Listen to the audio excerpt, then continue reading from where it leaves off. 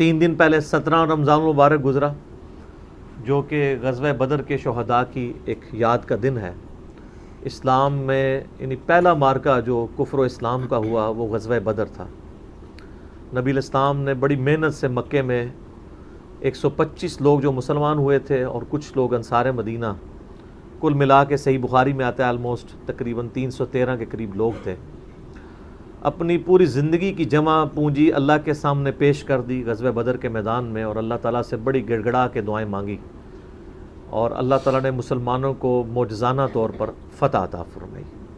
اور یہ اسلام کی پہلی فتح مستقبل میں 17 سال کے اندر بالآخر قادسیہ اور یرموک تک جانے والی تھی۔ اس وقت تو کسی نے سوچا نہیں تھا کہ 17 سال میں تینوں براعظموں میں اسلام کی دعوت پہنچ جائے گی، اس قتال اور جہاد کی برکت سے، جس کا باقاعدہ ایک سمبل کے طور پہ غزوہ بدر کو مانا جاتا ہے۔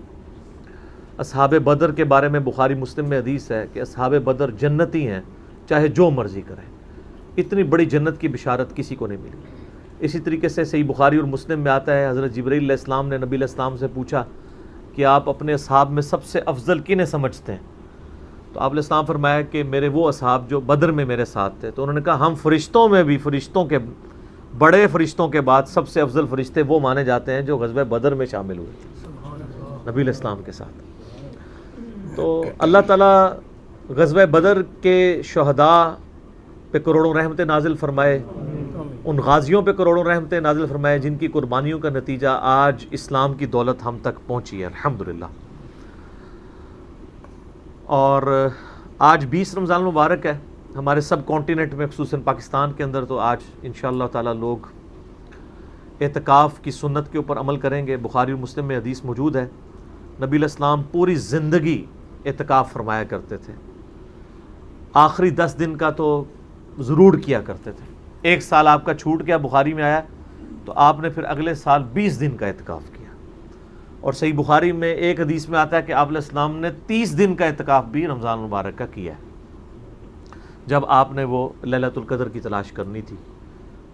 پہلے 10 دن بعد آپ حجرے سے نکلے، فرمایا کہ ان 10 دنوں میں نہیں ہے، پھر اگلے 10 دن کے بعد نکلے، فرمایا نہیں ہے، اور پھر آپ نے فرمایا اب اسے رمضان المبارک کے آخری عشرے کی طاق راتوں میں تلاش کرو۔ تو بخاری اور مسلم دونوں میں حدیث موجود ہے، نبی علیہ السلام نے فرمایا کہ جس نے ایمان اور احتساب کے ساتھ شب قدر کا قیام کر لیا، اللہ تعالیٰ اس کے پچھلے سارے گناہوں کو معاف کر دے گا۔ تو یہ سیم فضیلت بخاری اور مسلم میں رمضان کے روزوں کے بارے میں بھی آتی ہے اور رمضان کے قیام اللیل کے بارے میں بھی۔ چلے وہ بھی کسی سے سستی ہوئی تو اب آخری طاق راتیں 5 جن میں سے ایک آج بھی ہوگی، کیونکہ آج 20 رمضان ہے پاکستان کے اندر۔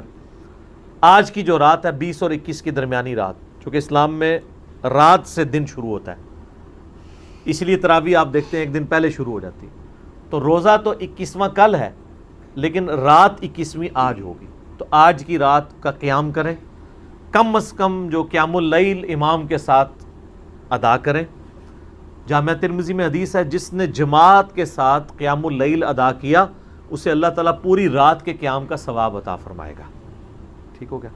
صحیح مسلم میں حدیث ہے جس شخص نے عشاء کی نماز جماعت سے پڑھی گویا اس نے آدھی رات کا قیام کیا، اور پھر جس نے فجر کی نماز بھی جماعت سے پڑھ لی گویا اس نے پوری رات کا قیام کیا۔ یعنی عشاء اور فجر کی نماز جماعت سے اگر آپ ادا کر لیں تو پوری رات کے قیام کا ثواب آپ کو ملے گا۔ لیکن یہ جماعت سے مراد ہے کہ آپ کی رکعت کوئی فوت نہیں ہوگی، 4 رکعتیں عشاء کی جماعت سے ہوں اور فجر کی 2 رکعتیں جماعت کے ساتھ، پھر آپ کو پوری رات کا قیام اللیل کا ثواب مل جائے گا۔ یہ میں آسان ترین نسخہ آپ کو قیام اللیل کا بتا رہا ہوں۔ 2 چیزیں ہوگی، ایک تو یعنی غزوہ بدر کے شہداء کا معاملہ، اس کے بعد اعتکاف کی سنت، آج لاکھوں مسلمان اس کے لیے مسجد میں بیٹھیں گے، اور تیسرا کل 21 رمضان مبارک سیدنا مولا علی رضی اللہ تعالی عنہ علیہ السلام کا یوم شہادت بھی ہے۔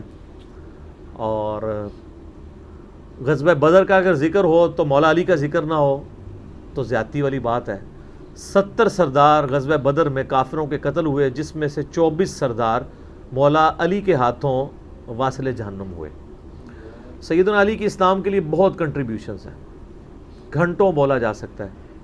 اس کے اوپر میری کی ایک ویڈیو کلپس بھی موجود ہیں. المستدرک للحاکم میں صحیح سند کے ساتھ امام احمد بن حنبل کا قول ہے کہ ہم تک جتنی بھی حدیثیں نبی علیہ السلام کی پہنچی ہیں کسی بھی شخصیت کی شان میں اتنی حدیثیں نہیں ہیں جتنی مولا علی کی شان میں. صحیح مسلم میں حدیث ہے علی سے محبت نہیں رکھے گا مگر مؤمن، علی سے بغض نہیں رکھے گا مگر منافق. بخاری اور مسلم دونوں میں حدیث ہے علی کی میرے ساتھ وہی نسبت ہے جو ہارون کی موسیٰ کے ساتھ، مگر میرے بعد کوئی نبی نہیں. بخاری اور مسلم دونوں میں حدیث ہے کل میں اس شخص کے ہاتھ میں جھنڈا دوں گا جس سے اللہ اور اس کا رسول محبت کرتے ہیں، اللہ اور اس کا رسول اس سے محبت کرتے ہیں، وہ اللہ اور اس کے رسول سے محبت کرتا ہے اور اللہ اور اس کے رسول اس سے محبت کرتے ہیں. اس سے بھی بڑی بات. صحابہ کہتے ہیں ہمیں پوری رات نیند نہیں آئی کہ وہ خوش نصیب کون ہے. تو نبی علیہ السلام نے خیبر کے موقع پر صبح کے وقت پوچھا علی ابن ابی طالب کو بلاؤ. ان کو اشوب چشم تھا. تو نبی علیہ السلام نے اپنا مبارک لعاب ان کی آنکھوں میں لگایا، شفا ہوئی، اپنے مبارک ہاتھوں سے زرہ باندھ کے روانہ کیا. کئی ہفتوں سے جو خیبر کی فتح نہیں ہو رہی تھی اللہ تعالیٰ نے مولا علی کے ہاتھوں مسلمانوں کو فتح دی اور مرہب کا بھی قتل ہوا. صحیح مسلم میں ڈیٹیل حدیث آتی ہے کہ مرہب کو قتل کیا اور وہ بہت بڑا جنگجو تھا، اس کے مقابلے پہ کوئی نہیں آتا تھا. پھر غزوہ خندق کے موقع پہ بھی آپ کو پتہ ہے یعنی پوری زندگی ان کی بچپنے سے لے کے شہادت تک اسلام کے لیے قربانیاں ہی قربانیاں ہیں. نہ ختم ہونے والا ٹاپک ہے. تو اللہ تعالیٰ مولا علی رضی اللہ تعالیٰ عنہ پر کروڑوں رحمتیں نازل فرمائے اور انہوں نے اسلام کی خاطر جو کچھ کنٹریبیوٹ کیا ہے اللہ تبارک و تعالیٰ اس کا بہتر نعم البدل ان کو عطا فرمائے. یقیناً ملنے والا ہے، اس میں تو کوئی شک ہی نہیں ہے. جامعہ ترمذی میں حدیث ہے حسن و حسین جنتی نوجوانوں کے سردار ہیں، اور سنن ابن ماجہ میں حدیث ہے حسن و حسین جنتی نوجوانوں کے سردار ہیں وَأَبُوهُمَا خَيْرُهُمَا، اور ان کے والد ان سے بھی بہتر ہیں. تو یہ اللہ تعالیٰ نے فضائل عطا فرمائے ہیں. تو یہ 3 ایونٹس چونکہ اوپر تلے آ رہے تھے میں نے اس لیے ان کا ذکر ضروری سمجھا.